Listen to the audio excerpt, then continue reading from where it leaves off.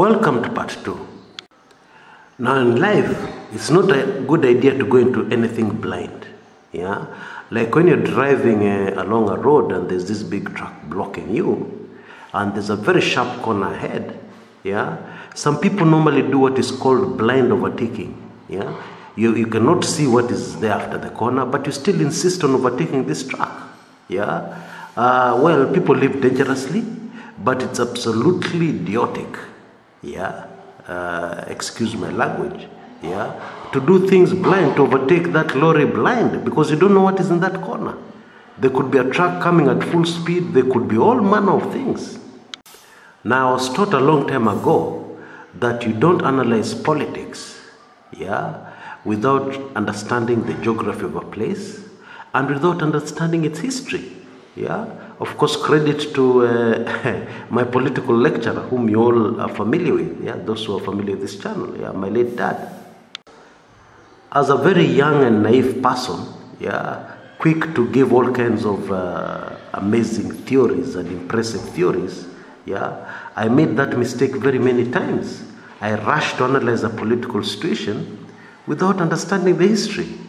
I can still see my late dad's reaction. Yeah, he would react something like this: "Gosh, you're analyzing politics without understanding history, without understanding the geography?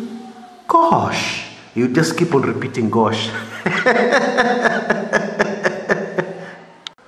My reaction to these people talking about 2022 is precisely the same.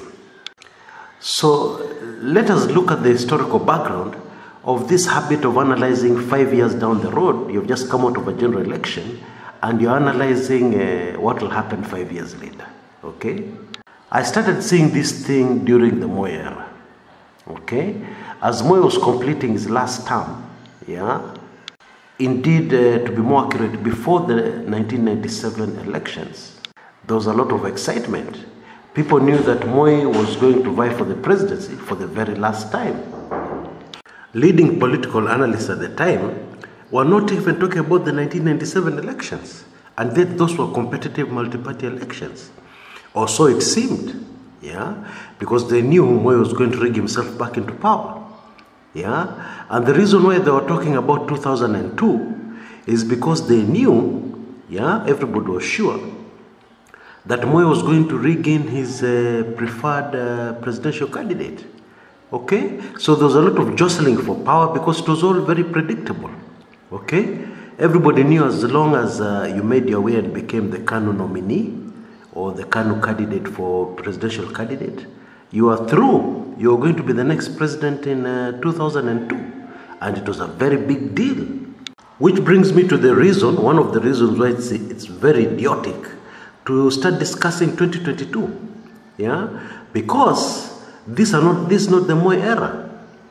And because although the 2017 elections was massively rigged, yeah, massive fraud against the Kenyan people, yeah, I'm one of those people who believe that the 2017 elections that we have just gone through are the last elections in Kenya which are going to be rigged. Last one. That one will never happen again in Kenya. Yeah, you can be sure about that. So those people are very eager talking about 2022. Yeah, then it is very obvious that these people are expecting that 2022 will be rigged again. Yeah, which I do not agree with, and many analysts do not agree with. It won't happen. Not after what has happened in 2017. But if you insist, if you still want to discuss 2022, why don't we wait until at least we finish 2018? Yeah, then the realignments will be a bit more clearer, because right now, it is impossible, yeah, to have any accurate analysis of what will happen in 2022. Virtually impossible.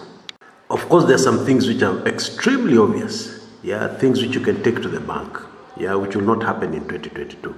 Okay, one of them is William Samoei Ruto becoming president in 2022.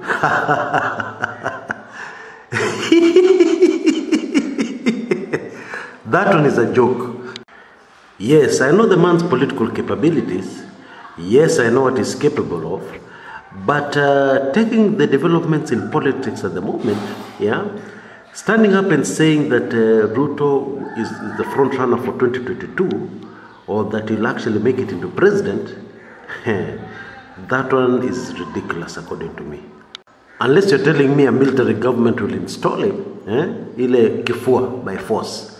Yeah, Ruto 2022, I also have my very strong doubts as to whether the Jubilee Party will actually exist in 2022.